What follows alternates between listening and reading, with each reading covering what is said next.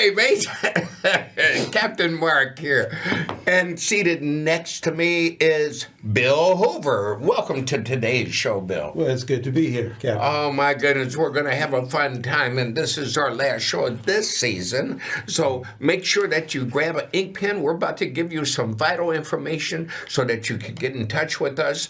My email address is right on the bottom of the screen, and so you can make sure if you want to reach out to me, you can contact me there by using that email address, or write this down. Here's my phone number. Yeah, I'm giving my phone number out. 312-437-2230. That's 312-437-2230. Again, I'm Captain Mark Stevenson. I'm so glad to have Bill Hoover with me. But first, we're going to do a little bit of housekeeping, okay, Bill? I need to let you folks know that if you're interested in boating, you're interested in getting out here and leasing a boat for the first time, or coming out to learn some of the safety rules, or just coming out to get a boat ride. You don't have to have any money. All you have to do is show up. It's always somebody on the lakefront that's lonesome and wanting to take you out. I promise you that. It's how I got on these boats. For sure. I'm going to invite you to something that's going to happen on April the 13th. On April the 13th, I'm giving part 3 of my seminar, Bill. Mm-hmm. And this seminar series is about how to do a safe and successful charter boat operation. Now, some people want to know what that is. Well, you can get in at any level. But if you are just starting, we're going to recommend that you join one of the clubs. I want you to join one of the boating leasing clubs, and there are 3 of them in Chicago, and you got to just look them up. Just look them up, and you can join one of those clubs, and I'm telling you, that will give you the opportunity to learn about boating without having the expense of being a boater. This part 3 of this seminar is unauthorized, unendorsed, and unapproved, Bill. Wow. That means I'm doing it myself, okay? And we're going to do this seminar, as I said, on how to do a safe and successful rental boat business. Part 3 is going to be at Jackson Park from 1 to 4 p.m. Write that down. 1 to 4 p.m. on April the 13th. That's a Saturday. We're going to have some of the regulatory agencies that will be there. They've all been invited. I've only got one confirmation, but that was today. I got the confirmation from WestTrek that they will be coming. That's the company that operates and manages all 10 harbors of the Chicago system, Bill. And most of the meeting is going to be an open town hall meeting. So just had to get that knocked out the way. If you want more information, just call me at 312-437-2230.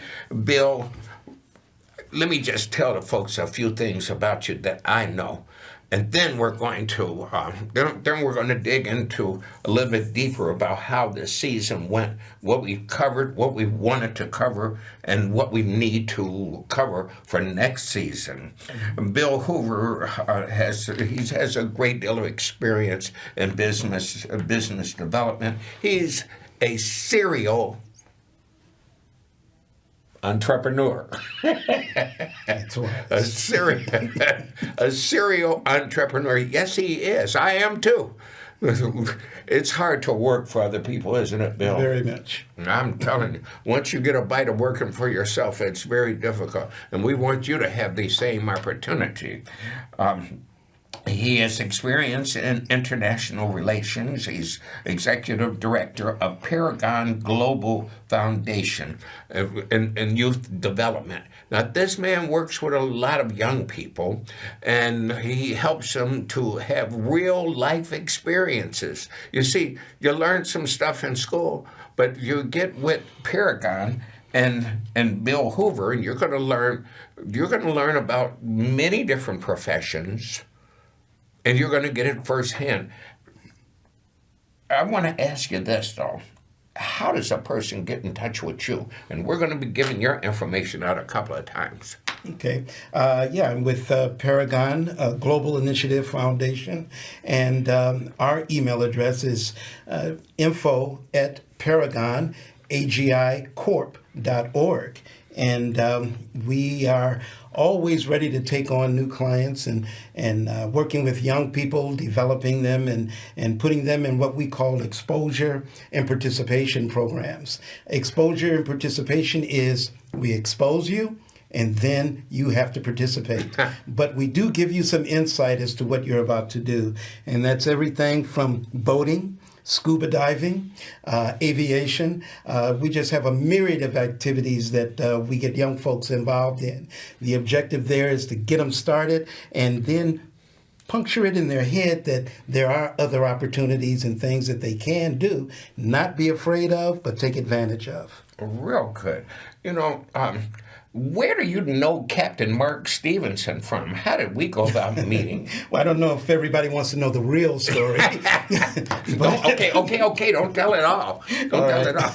Well, actually, it was at Can Television. I talked to a good friend of mine, a gentleman who was here for many, many years, worked with me and my students when Can Television was at another location. And I told him that I wanted to do some interesting programs. He liked the engagement that we wanted to have with community relations and with people. I saw your picture on the wall, and Terrence said, "Hey, this guy, you need to talk to him," which is Mark Stevenson. Show me that picture. I haven't seen that picture. Well, it's out there. And from there, I contacted you. It took 3 months. I won't go into the whole story, but it took 3 months, and that was negligence on my part. But when I did connect with you, then it's been an interesting adventure ever since. Now, you showed up with a bunch of young people just at a time when my lazy self just didn't want to clean boats during that hot, sunny week that we had.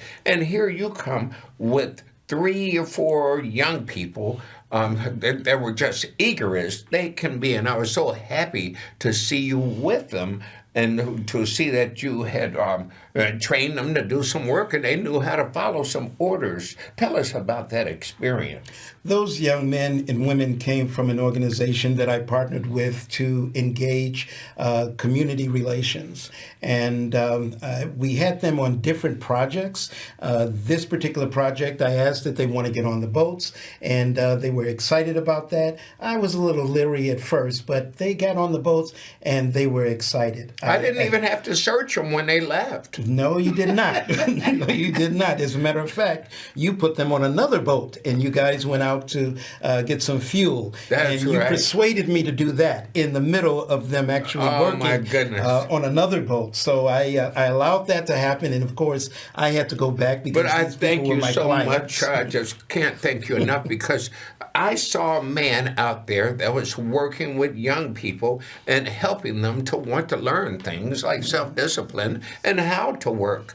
And he asked me that I know some boats that needed cleaning, and maybe these young folks would like to learn how to become deckhands because they wanted to make some real money. You know, these fast food places, they're struggling to pay them $16 an hour now, and I'm not sure what minimum wage is, but I know it's $15, $16 an hour. But the truth is, you can't pay rent.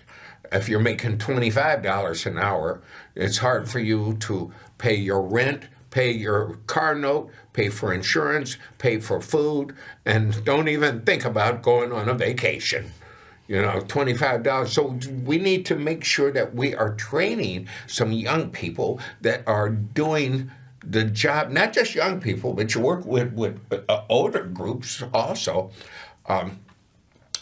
We just want to make sure that we are putting them in position to make a livable wage. Isn't that what you're doing, Bill? Absolutely. We want to get them started in knowing what the opportunities are and get them engaged and let them understand what making real money is all about. That's absolutely right. It's game time, Bill. It's game time. Now, I always do this to my guests, especially because Bill has been going to captain school, and he's going to become a captain very, very soon, people. He's building up his sea time right now, and he's about finished with that class. I think you are finished with the... Yeah, we're just about done. I have my boat time now. Wow. Sea time. Sea time he has to have. So he's working on getting that done. One thing I do with all of the newcomers to the water is I always tell them, first things first, you have to memorize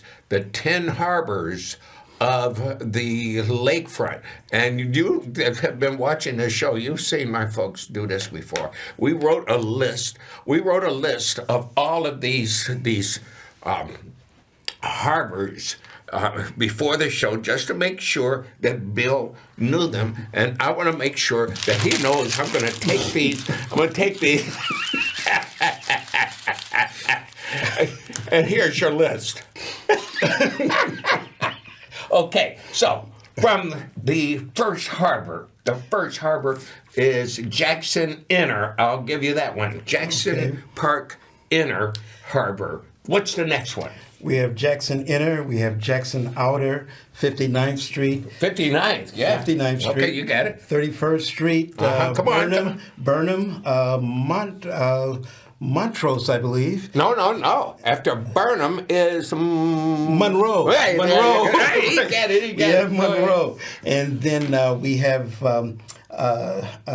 Diversey. DuSable. Okay, and then... then Diversey. There you go. Then Belmont. And then we have Montrose. Whoa, he got it. That's my man. Thank you so much. I appreciate it. My pleasure. I appreciate you. Okay, now we'll do it in reverse after we have a couple of drinks, right? We'll make sure. But see, you have to know all the harbors. Yes, those of you that don't know, in the Chicago system, we have 10 harbors. 10 harbors that are managed by a company out of Texas called Suntex, which is the parent company to this local company called Westrec. And they manage our harbors. They keep the security there, and they make sure that the docks are working right and the electricity and water is working right. And there's a harbor master at each harbor to help us. And they're going to come to our seminar, which is at Jackson Park Harbor, Jackson Park Yacht Club on April the 13th at 1 to 4 p.m. They're going to be there. Westrec is going to be there to answer some of our questions and concerns. So one of the things that you've seen, Bill, this season, when we talk about the Coast Guard, the IDNR, or Illinois Department of Natural Resources, the Chicago Fire Department, the Chicago Police Marine Unit, people that are in regulatory agencies that are always seem to be around. What are they doing? Oh, they're making sure they're inspecting and they're reviewing a lot of the activities that are going on the harbor. The water is a lot of fun, but it's very dangerous. And the danger is if you don't know what you're doing out there, you can seriously get caught up. We've had several deaths last year from people pretending to know how to engage the water. So these regulators are here to help us. They're there to help you. That's exactly right. You know, there was a time when I first got into this business where it seems like we would avoid the authorities as much as possible. I mean, here comes the popo. we would say, here comes the Coast Guard or the IDNR. They're coming to inspect our vessels and find something wrong with us. But they're not punitive. These regulatory agencies are not, I repeat, not punitive. What they do is help us to be safer. They're there to see that we get the proper equipment. And if we don't have the proper equipment or enough life jackets or any of that kind of stuff, they ask us to come back to shore and get ourselves straight. They're not here to write a bunch of tickets and get us heavily fined and all of that unless you have a smart mouth. If you have a rude attitude, you're going to get some tickets. But they are really here to help us, and we're very, very grateful for all of the regulatory agencies. So we'll see how this goes. I think that every agency we deal with, though, is not a regulatory agency. Some of them, like WestTrek, for example, is a private company. It's a private company that won the bid to manage the Chicago harbor systems. So we have to have a balance of how we deal with these different regulatory agencies, as well as the Chicago Harbor Safety Committee, which is not a regulatory agency, even though it's filled with people that are regulators. The thing is there's only one person on this planet who could really change the rules in the maritime industry. You know who that is, Bill? No, Captain. Who is that? That is none other than Danny K. Davis, Congressman of the 7th Congressional District. The waterways, by the way, that district was represented by none other than Abraham Lincoln at one time. He was the congressman from that district. But within the 7th District, Bill, do you know we have all the major waterways of Chicago? Oh, yes, absolutely. And the Gold Coast. Wow. So I'm talking about the playpen area and all of this. What about the fact that people today, I keep hearing this almost every other day, and I got a phone call about this morning. Can we smoke some weed on a boat? Can we do that, Bill? No. Well, I'm not talking about us as captains, because we can't do that, of course, but can our passengers do it? In the state of Illinois, isn't marijuana legal now for recreational use?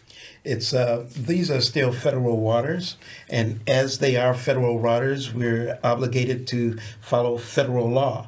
And it's not federalized for smoking cannabis on the water, so therefore we can't. Wow. You see, this man here, he came into business like a sponge, and he's learned so much, so much. I'm scared of you. Bill Hoover. Ladies and gentlemen, if you just joined us, seated next to me is Bill Hoover. He is the executive director of Paragon Global Foundation and Youth Development. I want you to know that it is your turn now to get on the water. The season is starting. We can put the boats back in as early as April 15th. The harbor system really opens up on May the 1st, where they have water and electricity for us. But I want you all to come out. How many people do you think visited the lakefront last year? This is according to the Greaterland Chicago Greaterland Chamber of Commerce. About 10 million? 60. Wow. 60 million visitors. They say that 60 million, excuse me, I want to correct this. 60 million visitors came to Chicago. 85% of them came to our waterways. A lot of people say that we're oversaturating the business with all types of charter boats. Do you think that's true? No. Why? Well, first of all, charter boats is a relatively new phenomena on the water. As a matter of fact, you're one of the people that started that several years ago. But who's saying that there's too many? Well, I think proponents of it. the ones that's already in the door. Right. Absolutely. The ones that's already in the door. They don't want anyone else to be able to take advantage of the Federal Code of Regulations. We call them CFR 46. Those are the rules we follow, not the rules that people who come in and try and make up. And don't trust. If you're a boater, do not trust what anyone tells you, including Captain Mark Stevenson. Check it out in CFR 46. And if you are not sure about what you're reading, I want you to feel free to call the Coast Guard. They have people there that will help you to understand some of the rules and regulations that you may not understand. Some people say there's gray areas and we have to be careful. There's really not. It's either you're doing it the right way according to the rules, or you're not doing it the right way. And some final thoughts on this past season. What happened that you liked the best? I think what I enjoyed most are the young men and women that I brought on the water, and then more importantly, the other boaters. Great group of people, an entirely new environment. It's one thing to be on land. It's a completely different reality check being on water. And everybody was so comfortable with one another, helping one another and participating. That's what I enjoyed most. Your organization produced this show. Yes.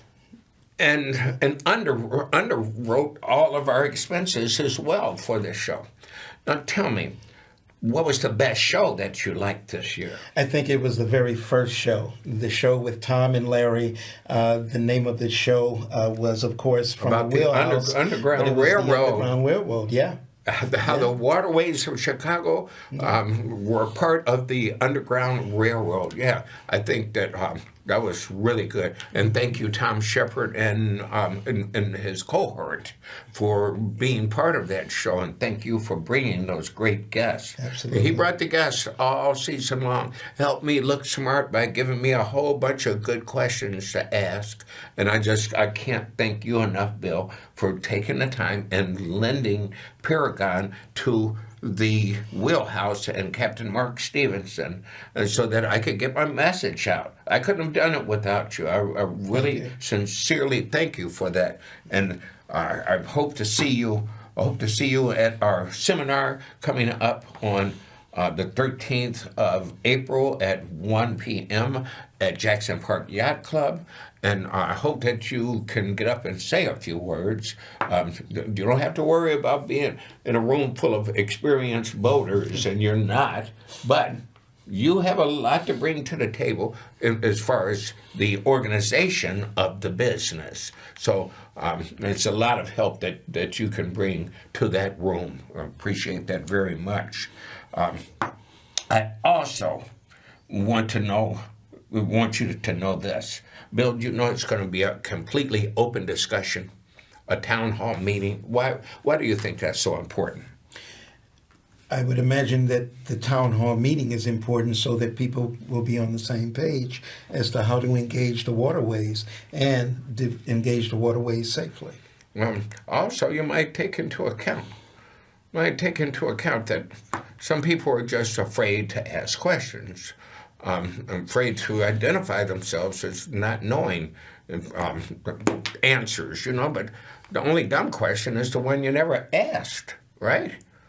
Indeed. You have to be brave enough to ask them. But I'm going to give you an out. If you attend this event, there's going to be some free prizes and awards, all types of things. I'm going to give you an out. I'm going to give you some index cards. You can write down your question, and we'll pass them to the speakers so that they can answer them without them knowing exactly who asked the question. Well, we have to go 13 weeks. I appreciate, again, you taking the time to tune in each and every week. And just get out on the water. Get out on the water. Come to your closest harbor. Spend some time out there with us, okay? Absolutely. Final word, Bill? I'm looking forward to all of you being out there on the water with us and taking advantage of Captain Mark and all the activities that he has to offer out there, and just have fun. That's Just what it's have all some about. safe fun. That's right.